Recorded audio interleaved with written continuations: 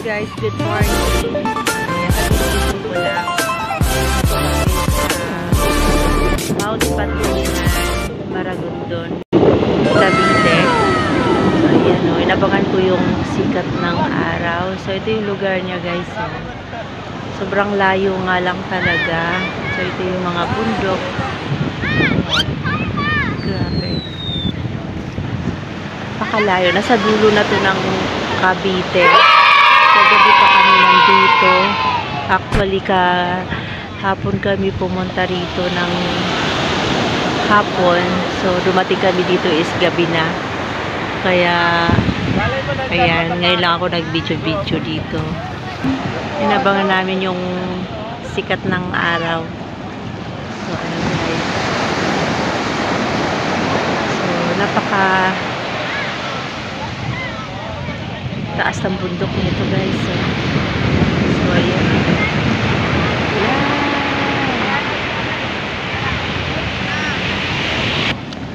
Guys, inabangan namin yung pagsikat ng araw. Kasi 6:20 na, wala pa yung araw. Kasi medyo makulimlim kasi dito sa lugar natin. So, sarap ng dagat. Sarap maligo. Mamaya maliligo kami guys. So, ayan.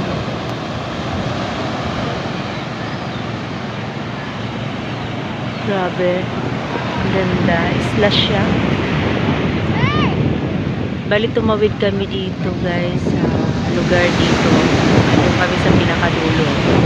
Nandun kami. Doon kami sa dulo na yun. Yan. Next ko lang sa inyo. Ayan. Ayan guys. Punta tayo dun sa dagat. Malinis yung dagat dito. Medyo yung buhangin. Pero ano siya, maganda siya. Napaka-pino. Pino. Yung buhangin. So, yun.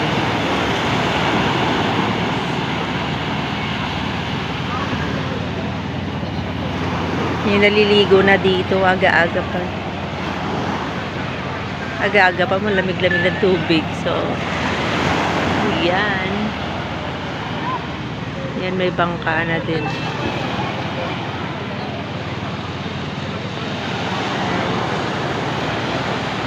Marami ding tao dito.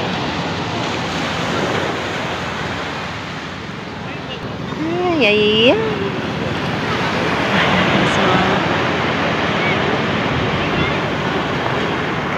Lakas ng alon. Dito lang naman sa sa gilid.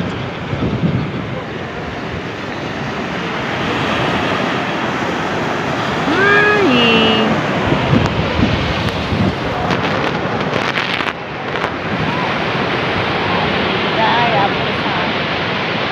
Maganda yung lugar.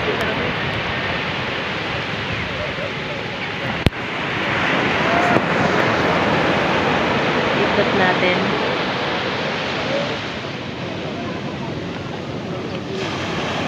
Island to eh. Parang island siya guys. So, yan yung forma ng islands niya.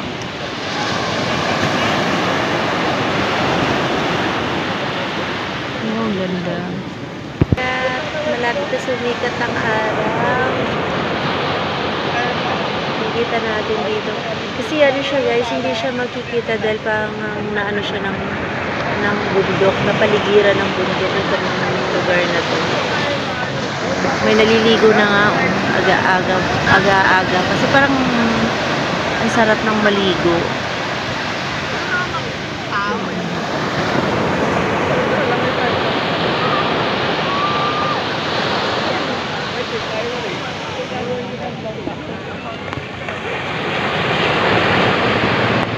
Ng alon. Ang ganda ng alon guys.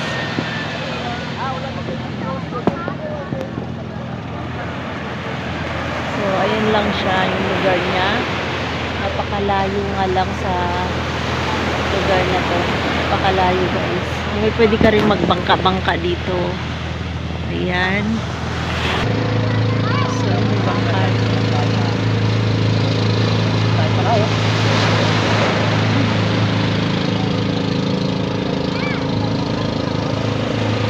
bangka na rin siya, guys. Kaya pag umuwi kami, tatawid kami doon sa kabilang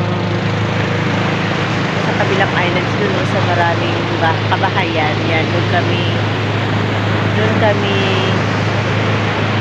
pupunta. Pag kami uuwi natin, sasakay kami ng bangka. Pwede din daw mag-tricycle dito pag umuwi. So, ayun guys, marami ng tao dito.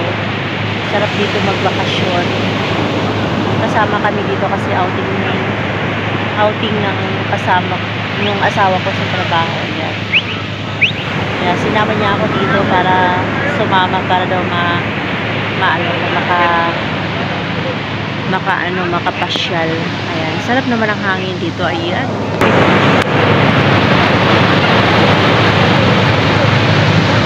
Ang asawa ko nagdala na ng kape. Ayan o. Ay, ang ganda.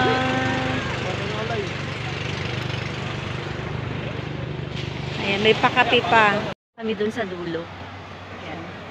Lalakad kami. Pero magbabad dyan mamaya kasi gamot sa katawan yan. Lahat ng kati-kati mo tatanggalin mo. Yung sugat ko kaya. Ano yan? So, ayan o. Naglalakad kami dito sa island. Island? Island po eh. Sa baybayin. Ayan. So, ayan. Ganda din ba isla? Ay. Sayang, dudumi na itong mga. Ang daming nag-ano. Ayan guys. May naglambat din dito, no? Ganda ng Kaya, pumunta kami dun sa dulo. Yan, habang naglalakad kami. Ganda ng alon. So, may naglalambat. Yan, pasikat na yung araw. Nakita ko na yung araw. So, baka siguro natakpan lang ng, ano? Oo. Natakpan lang siya ng... Nasa likod tayo doon, nagsisibray sikat eh. Ayun o. Oo. Ayun o, ayun o. Ay, pala. Pasikat pa lang. Natatakpan ng ulap ka ng ano. Natatakpan siya. Oo, hindi ko maano. Hindi ka makita. Ayan guys, araw. Ayun o, doon pala sa talikod. Nakatalikod pala. Ito hindi pala dito guys, saan namin. Nasa likod tayo ng araw. Nasa likod kami ng araw. Ayun. Ito yung ano nila. So, ito yun. Nakala ko, dito kami sa ano, harap. Italikod na pala ng araw. Ayan. So, yun, ang daming bato-bato guys. Dapat nililinis ko na ito. Naragaan dapat nila to. So, itong island na to is, medyo marami naman ng tao. Kaya lang itong mga season ng ganito, hindi ganun ka no? Siguro pag may mga okasyon. Doon namimilimit sa dulo. So, ayan, pwede ka pala mamingwit doon, no? Ayan, oh. Sumisid na si Kuya. Ang sarap yan. Umaga guys, 6 o'clock yan. Ang sarap na ligo na kasi parang hindi naman siya malamig. Tama-tama lang talaga. Ang ganda ng buhangin niya. Pinong-pino, no?